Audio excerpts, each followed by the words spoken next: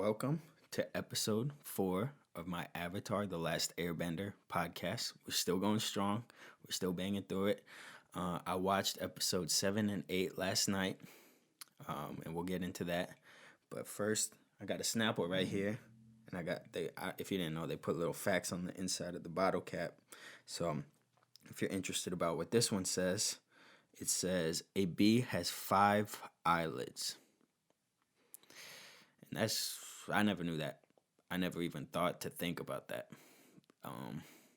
Who would have known that unless you're a bee scientist? So that's kind of interesting. But what have I been up to? I mean, we're in quarantine right now. There's not a whole lot to do, so you got to get creative. You got to explore. If you just have a hint of something that you think you might enjoy doing, I say do it, because there's nothing else to do. So you might really start to enjoy it. And I kind of took my own advice with that. And towards the beginning of quarantine, I actually started animating things on the computer, which fits perfectly into this podcast because Avatar The Last Airbender is an animated show. And animating is tough. It gave me a whole new perspective on shows like this. So I couldn't even imagine animating a full TV show. It takes a long time just to animate a few seconds. I might throw in one of my animations just to show you what I've been working on. It's not good by any means. It's terrible probably, but it's just something fun to do. So I enjoy doing it. And it takes my mind off of the things that are going on around me. You know, animating is very, very tedious. So if I'm focused on how an arm moves, I'm not really focused on the virus killing people. And sometimes you need that. You can't be focused on death every second of every day. So I got animating to kind of clear my brain. And I probably made 4 animations so far. And the first one was definitely the hardest just because I didn't know how to use the programming. So it was probably like 4-second long animation and it took all day. Think about that. And it wasn't good. So just think about that, how long it takes for them to animate this show, Avatar The Last Airbender. So anyway, I watched episode 7 and 8 last night. And those two, it was part 1 and part 2. So those two went together and it was good. So the episode 7, they saw that the whole forest was burned down and got real sad. But luckily Katana was there to show him some acorns and be like, oh, it's going to grow back. And you just got to think about that. If you're going through something in life, you just got to think about that. It's going to grow back. You just got to trust it. And Aang finally trusted that the forest was going to grow back and he was all right. And then this old man came. There's a lot of old men in this show. A lot of old men and old women. So this old man came and he said, I need your help. If you're the real last airbender, I need your help. And it turns out that there was this spirit that was haunting their village and taking their people and destroying their buildings. So luckily they met the spirit because Aang got tossed into the spirit world and he was able to meet I forgot his name, damn it. He was able to meet one of his past selves in the spirit world, and he let them know that there was a comet coming to the earth that was gonna fuck him up, I guess. I'm not sure if it was gonna kill him. I know that the comet started the war, and I guess it's coming back. So you get that information, and they had to go into the Fire Nation to reach the crescent. That's where they learned the information. So they had to sneak into the Fire Nation. Well, it wasn't really sneaking because they got caught right off the bat. They set up a blockade. They knew they were coming, so they were shooting fireballs at them. Aang was dodging them, kind of like dodgeball. And that was good. But they got through it. They reached it. They got the information they needed. Um, One thing that happened is the Fire Nation. So the fire leader's son, I forget his name too. He has the thing on his eye right here. I want to say Zoku. I believe it is Zoku. I might be wrong, but I think it's Zoku. That's my final answer. So Zoku, he has no chill. No chill at all. Most of the Fire Nation, they have no chill, which makes sense because you can't be chilly and be in the Fire Nation. They just don't mix. Fire and ice, they don't mix. So you can't have no chill if you're in the Fire Nation. Except for the uncle. The one uncle, he's cool. You know, he's kind of laid back. He's trying to put things into perspective. He's not in a rush. And he's the first cool firebender we've ever met. And he reminds me of my uncles, too. I have a lot of cool uncles. I love them all. And luckily, I know in a lot of shows and people like to joke, oh, there's this one uncle that always tries to touch you or something. See, I don't have that. Thank God I don't have that. None of my uncles want to touch me. Or if they do, they keep it to themselves and they never try it. They don't do it. So I'm thankful for that. But yeah, me and my uncles, my dad's side especially, they're super fun. They live a far way away from me, so we can only see them about once a year, which sucks. But we kind of have this tradition that we got, and every time we meet, me, two of my cousins, two of my uncles, and my dad, so 5 of us total, right? We all get together and we play wiffle ball. We have a little, I don't want to say tournament because it's only one game. So it's whatever's at the end of a tournament, the championship game. So we have a championship game once a year. And we have this trophy. It's piece of shit. Like if you looked at it, you would think it's a piece of shit. But we love it.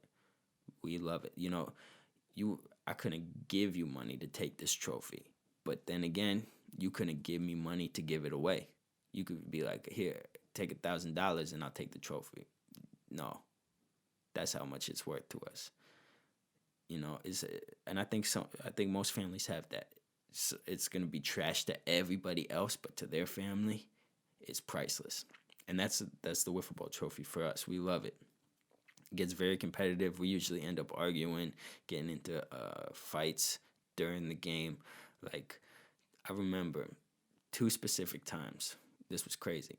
And my dad, he's pretty good at wiffle ball. My uncle's one of them's good, one of them's absolutely awful. So he just tags along for kind of comedy relief. But I remember one year, it was the bottom of the 9th inning. And if you know anything about baseball, the bottom of the 9th inning is the end of the game. So either you're going to win or you're going to lose after that inning if you're not tied. So anyway, my dad's up, right? And my good uncle is pitching. He's a good pitcher. And he throws the ball, and my dad absolutely hits, like he smokes it. It's going to be a home run easily. It's going. And we were playing in my uncle's front yard. And the ball's going, and the fence was a tree line. And the neighbors across the street, they had trees in front of their house, I guess. And if it went over that, that's a home run. So he hit it. It's going to go way over that. And it hits a electrical wire. And it falls back into play. And the chances of that happening, I've never calculated them. I don't even know how to go about calculating them. But if I had to guess, it would probably be 1 in 7,000. Probably 1 in 7,000. And it happened. And he would have won the game if it was a home run. But since it didn't go over the fence, we're like, nope, it's not a home run. My dad's like, it's got to be. That was a shot. And we're like, we didn't have to go beyond the trees to get it, so it's not a home run. And it ended up being a single, and he ended up losing because of that. Then The next year, the following year, same thing happened. My dad was up bottom of the ninth. He hit another shot, and he would win the game if it was a home run. And we were playing in the park this time, like a elementary school park. He hit a shot, and it hit the backboard of a basketball hoop, and it fell into play. And again, we said single because it didn't go over the fence. And again, he lost because of it. So we just have a bunch of controversies that we get into fights about. The last story about the wiffle ball championship. This one's a good one. My uncle, who's not very good, he's fun to have around. He makes a whole bunch of jokes. He's funny. He's probably one of the funniest people I've ever met.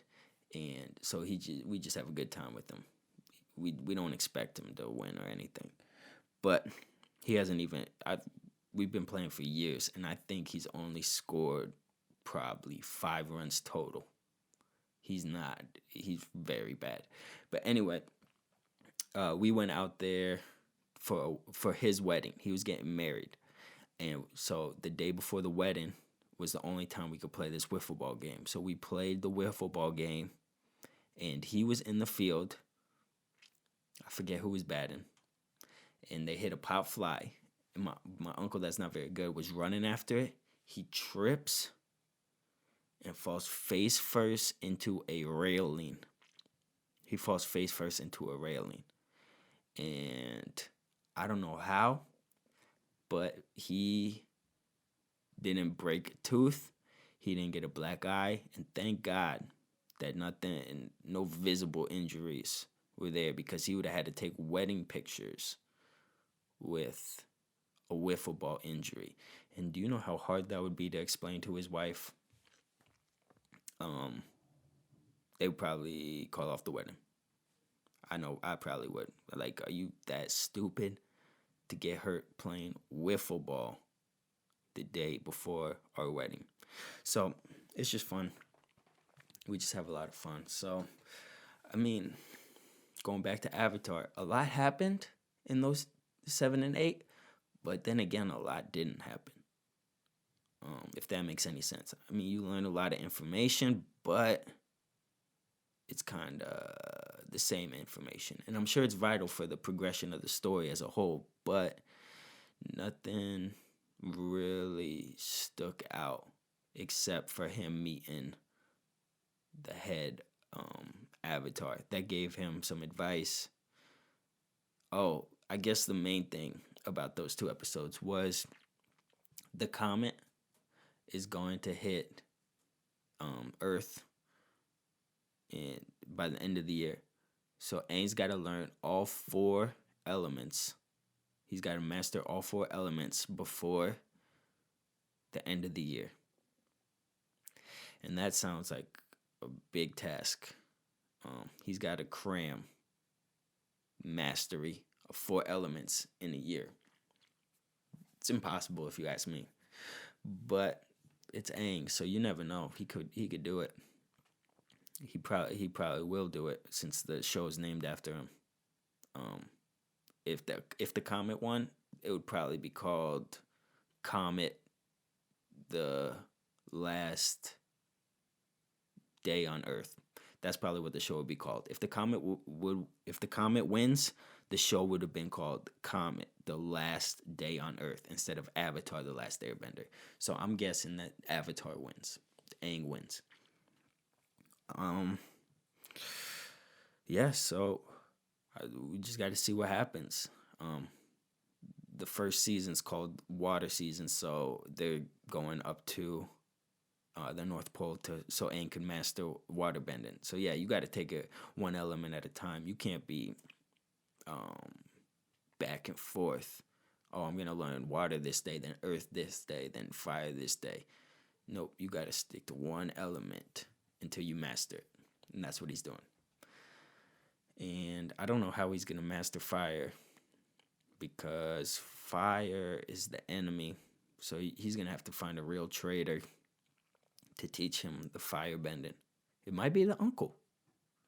Now that I'm thinking about it, the uncle might teach him firebending. We'll just have to see, I guess. But I know last episode of the podcast was kind of longer. This one's it's coming up on 16 minutes. I think that's pretty good. So yeah, I appreciate you for watching, like always, and stay safe. And if you're watching Avatar for the first time, let me know what you think about it. If you're watching it for the second or third time, please don't ruin anything for me, because I'm watching for the first time, so I don't know what's gonna happen. So, and if you've watched it before, I appreciate you letting us into your world. You know, I know some people might get mad. Oh, it's on Netflix now. All these bandwagoners coming, but I'm just trying to pass some time and enjoy it. So I appreciate you for letting me come into your world and see what the hype was about. Because that's why I'm watching it, because there was hype around it. So I know some people may get mad about that, but I appreciate it, and I hope we can all, like the four elements, I hope we can all come together and live in harmony. So, all right, I think that's good. Thanks, guys.